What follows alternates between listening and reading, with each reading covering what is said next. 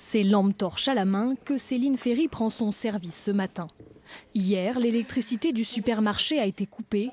Pour elle, qui travaille ici depuis 1995, c'est un déchirement.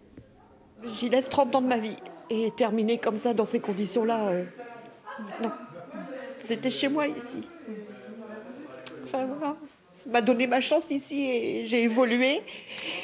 Et je me suis fait des amis, des clients en tant qu'amis aussi. Et voilà, enfin, ça me fait mal au cœur. Tropical, il y en a 3. Il y en a 3 à combien? 3,39. Difficile de faire l'inventaire dans ces conditions. Les congélateurs ne sont plus alimentés. Il va falloir jeter des dizaines de kilos de surgelés. On a pas mal de glace. On a énormément de frites. Et après, quelques légumes, du poisson et de la viande.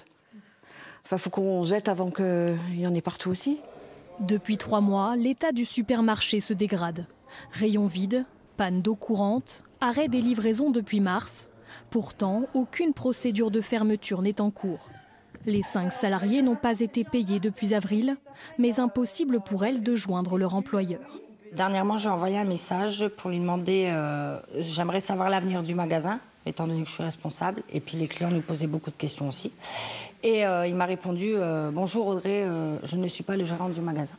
Mais par contre, venir chercher l'argent du coffre, c'était lui qui venait le chercher.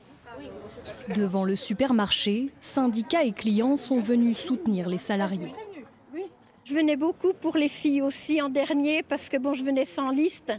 Je venais voir dans les rayons ce que je pouvais acheter, mais puis les voir, causer un petit peu avec eux parce qu'elles avaient besoin de soutien.